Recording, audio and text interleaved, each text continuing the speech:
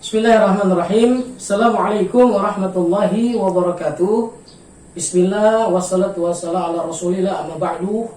Yang saya hormati Al-Mukarram Al-Muhtaram Bapak Dr. Kiai Haji Ahmad Rajafi MHI selaku dosen pengampuh mata kuliah Qawaidul Fiqhiyah.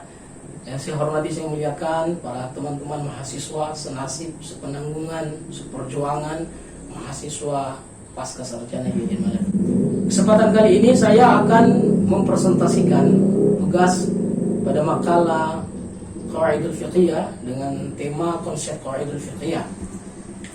Adapun yang kita akan bahas pada kesempatan kali ini, yang pertama tentu terkait dengan pengertian Qawaidul Fiqhiyah, sejarah perkembangan Qawaidul Fiqhiyah, macam-macam Qawaidul Fiqhiyah, perbedaan antara kaidah fikih dan kaidah usul, kemudian juga nanti fungsi dan manfaat kita pelajari kaidah fiqhiyah, kemudian tujuan mempelajari kaidah fiqhiyah. Kita masuk pada yang pertama, pengertian terkait dengan qawaidul fiqhiyah. Kita ketahui bersama bahwa qawaidul fiqhiyah ini adalah kata majmuk yang terbentuk dari dua kata, qawaid al-fiqhiyah, ya. Maka untuk bisa memahami secara keseluruhan, mendalam dan baik makna dari qawaidul fiqhiyah, maka kita harus memahami dulu kata-kata al-qawaid dan al-fiqhiyah, ya. Nah, al-qawaid itu jamak dari kata kaidah. Kaidah yang artinya dasar ataupun pondasi sesuatu, baik secara maknawi maupun hissi, ya, secara indrawi. Adapun makna secara hissi indrawi kita bisa temukan pada Al-Qur'an surat yang kedua, surat Al-Baqarah ayat ke-127. Bismillahirrahmanirrahim. Wa idh yarfa'u Ibrahimul qawa'ida minal baiti wa Ismail ila akhir ayat. Ya, artinya ingatlah ketika Ibrahim alaihissalam meninggikan dasar-dasar Baitullah, pondasi Baitullah bersama dengan Ismail. Ya, ini kemudian bisa kita memaknai, bisa kita lihat makna dari kaidah ini adalah dasar sesuatu, asas-asas dan pondasi.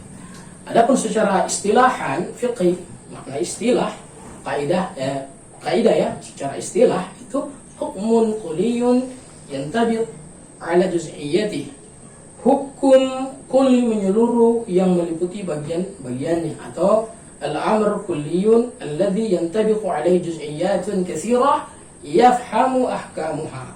Kaidah-kaidah sesuatu yang bersifat general, ini kaidah ya, yang bersifat general, yang meliputi bagian-bagian yang banyak, ya, kemudian yang bisa dipahami hukum bagian tersebut dengan kaidah tadi. Bagian-bagian yang banyak diliputi oleh satu kaidah, itu kaidah. Dengan satu kaidah ini kita bisa memahami bagian-bagian yang tadi, itu maksudnya. Adapun al-fiqhiyah adalah berasal dari kata fiqih, ya, al-fiqih ini berasal dari kata fiqih, kemudian ditambah yang namanya ya unisbah, sehingga jadilah al-fiqhiyah, ya. Apa itu ya nisbah? Itu adalah sesuatu yang menunjukkan, gunanya itu pada jenis, menunjukkan jenis, ya. Nah, secara etimologi kata fiqih ini dari faqiha yafqahu fiqhan, ya, fi'il madinya faqiha, masdarnya fiqhan dari sana, artinya pemahaman, pengetahuan, memahami maksud terdalam dalam suatu persoalan. Atau kalau kita bisa lihat sebuah hadis Rasulullah pernah bersabda, "May yuridullahu bihi khairan yufaqihu." Nah, yufaqihu fiddin. Ya, yufaqihu fiddin. Nah, kata fiqh, yufaqihu sini kata fiqh itu bermakna barang siapa yang Allah menginginkan kebaikan bagi seseorang, maka Allah yufaqihu fiddin. Allah pahamkan, Allah akan memahami, Allah akan pahamkan, Allah akan berikan pemahaman agama terhadap orang tersebut. Nah, adapun makna secara istilah kata fikih ini, al-ilmu bil ahkam syar'iyyah al-amaliyah al-muktasabah min adillatiha tafsiliyah. Nah, jadi ilmu tentang hukum syarak yang berhubungan dengan amal perbuatan yang digali dari dalil-dalil terperinci. Sebab itu fikih itu hanya berkaitan dengan amal-amal perbuatan syar'iyyatil amaliyah, ya. Di luar dari persoalan-persoalan amalia perbuatan manusia itu bukan jangkauan dari fikih. Dari mana? Diambil dari min adilatiha at-tafsiliyah, dalil-dalil terperinci. Apa ini maksud dengan terperinci? Yaitu dari dalil dari Al-Quran dan hadis Rasulullah SAW dan kaul-kaul yang disepakati. Maka oleh sebab itu, qawaid fiqhiyah terdiri dari kata qawaid dan al-fiqhiyah ini maknanya adalah innaha hukmun kulliyun yantabiqu ala juz'iyyatiha liyuta'arrafa ahkamuha minhu. Sesuatu hukum atau suatu hukum yang bersifat universal yang dapat diterapkan kepada seluruh bagian-bagiannya agar dapat diidentifikasi hukum-hukum bagian tersebut. Ya, saya contohkan agar bisa lebih memahami maknanya bahwa qawaidul fiqh itu adalah generalisasi hukum fikih yang sifatnya umum atau aghlabiyah, mencakup bagian besar masalah fikih dan tertuang dalam bentuk proposisi yang sempurna, sekalipun terkadang sangat serahada bentuk kalimatnya atau kaidah-kaidahnya bersifat umum meliputi sejumlah masalah-masalah fikih dan melaluinya dapat dipahami dengan sejumlah masalah yang berada di dalam cangkupannya. Sederhananya bahwa kita sebenarnya ketahui bahwa Rasulullah itu kan mempunyai keutamaan yang namanya jawami'ul kalim, kalimat yang ringkas pendek tapi memuat berjuta makna. Nah, begitulah kurang lebih kaidah fiqhiyah. Dia adalah proposisi yang sempurna yang akan mencangkupi persoalan-persoalan fikih, ya, akan mencakupi dan dari sana kita bisa mengetahui persoalan-persoalannya dan bisa dikembangkan persoalan-persoalan tersebut dari cangkupannya itu. Kita contohkan misalnya ada persoalan-persoalan fikih, juz'iyat ya, produk fikih ya. Jadi dari usul fikih adalah merupakan istinbat hukum, metodologi pencarian hukum dalam hukum Islam ini. Nah, setelah mendapatkan hukumnya, produk hukumnya kita sudah fikih ini, persoalan fikih ini dikumpul dengan sejenis, kemudian dibuatkan kaedahnya. Nah, contoh persoalan niat wudu, niat sholat, niat puasa, semua niat ini dikumpul dalam satu jenis, dibuatkan satu kaedahnya, dilingkupi dengan kaedah kita kenal al-umur bi maqasidiha. Ya, setiap perkara, setiap persoalan, setiap masalah itu tergantung niatnya. Gitu. Ada sejarah perkembangan kaidah fikih ya. Kalau kita melihat berbagai bentuk tulisan dan buku-buku terkait kaidah fikih, kebanyakan kita akan mendapati ada 3 fase ya. Tetapi saya ingin mengatakan begini, pada hakikatnya qawaidul fiqhiyah ini sudah ada sejak zaman Rasulullah SAW. Namun kalau kita menelisik lebih mendalam, ya kita bisa temukan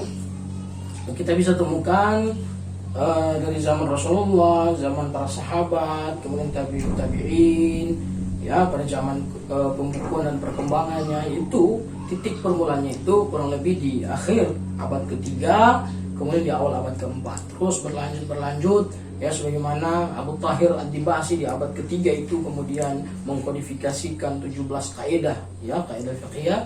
Kemudian 100 tahun kemudian Al-Qarhi datang belajar, kemudian meninggikan, menambah dengan 20 kaidah. Setelah itu menjadilah 37 terus kaidah. Pada abad ke-5, abad ke-7 ya, abad ke-8 sampai pada abad ke-10 dan 11 itu Imam Najmuddin Al-Tufi itu menulis buku Al-Qawaidul Kubra wa Qawaidul Sughra. Nanti puncaknya adalah pada abad ke-13 pada kerajaan Turki Utsmani, para ulama fikih kemudian melahirkan sebuah karya yang begitu sangat fenomenal, kita kenal dengan Majallah Al-Ahkam Al-Adawiyah. Ya, di dalamnya memuat 1851 pasal terkait dengan fikih persoalan muamalah. Macam-macam fikih tadi ya kita ada fikih asasiyah, ada fikih yang disepakati, ada yang tidak disepakati para ulama. Adapun kaidah asasiyah itu al-umur bi maqasidiha, al-yakin la yuzal bi syaq, al-masyaqqah tajlibu taysir, ad-darar yuzal, al-'ada al-muhakkamah. Ya. Adapun kaidah-kaidah fikih yang tidak ada pertentangan para ulama tapi merupakan kaidah cabang bukan kaidah induk, ya, seperti al-ijtihad la yunqadu bil ijtihadiyah, bahwa ijtihad itu tidak dapat dibatalkan karena ijtihad yang lain. Ya, dan sebab itu pada mazhab Syafi'iyah, Imam Syafi'i itu Ada kita kenal dengan qaul qadim, qaul jadid. Ada juga ikhtilaful ahkam al-ijtihadiyah bi ikhtilafil niyati wal aqtar. Ini perbedaan hukum-hukum ijtihad itu disebabkan karena perbedaan lingkungan dan wilayah. Terjadi perbedaan-perbedaan ijtihad itu juga karena terjadi adanya perbedaan-perbedaan lingkungan dan wilayah. Dan sisanya lagi masih ada. Adapun yang diperselisihkan termasuk itu al-jumu'ah dhuhran maksura au salatun ala haliha, ya. Jumat itu adalah zuhur yang dipendekkan atau memang sebagaimana adanya. Ini sebuah kaidah yang masih diperselisihkan. Al-mani'u tari'u hal huwa kal muqarib. Penghalang yang datang kemudian apakah dia seperti bercampur dengan yang dihalangi atau tidak. Nah, ini beberapa kaidah yang masih diperselisihkan. Adapun perbedaan antara kaidah fikih dan usul fikih, ya, itu sangat mendasar. Kita bisa lihat pada slide ini. Namun yang saya sampaikan bahwa kaidah fikih ini dia akan menjelaskan terkait hukum-hukum syariat yang bersifat umum. Itu kaidah fikih. Sedangkan kaidah usul dia akan menjelaskan metodologi serta landasan yang perlu dilalui untuk istinbat hukum, takhrij, mengeluarkan hukum dari dalil-dalil terperinci. Jadi saya akan kembali ulang jelaskan. Jadi usul fiqih yang pertama, usul fiqih bagaimana metodologi untuk mencari istinbat hukum syariat. Dari metodologi itu, pencarian hukum itu lahir sebuah hukum atau kita mengenal produk hukum. Jadi lagi usul fiqih, haram, halal, sunnah atau sebagainya. Dari usul fiqih, dari dia dilahirlah fikih tadi. Dari fikih yang sejenis yang banyak dilingkupi satu kaidah namanya kaidah al-fiqh. Kalau ini seperti itu. Manfaatnya banyak sekali, ya.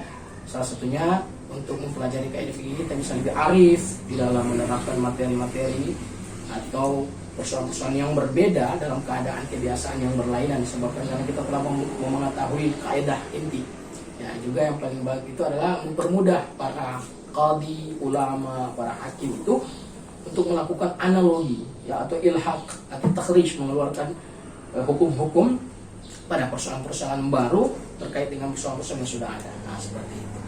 Ya, tujuannya kurang lebih ini bahwa untuk memperbanyak solusi bagi kita para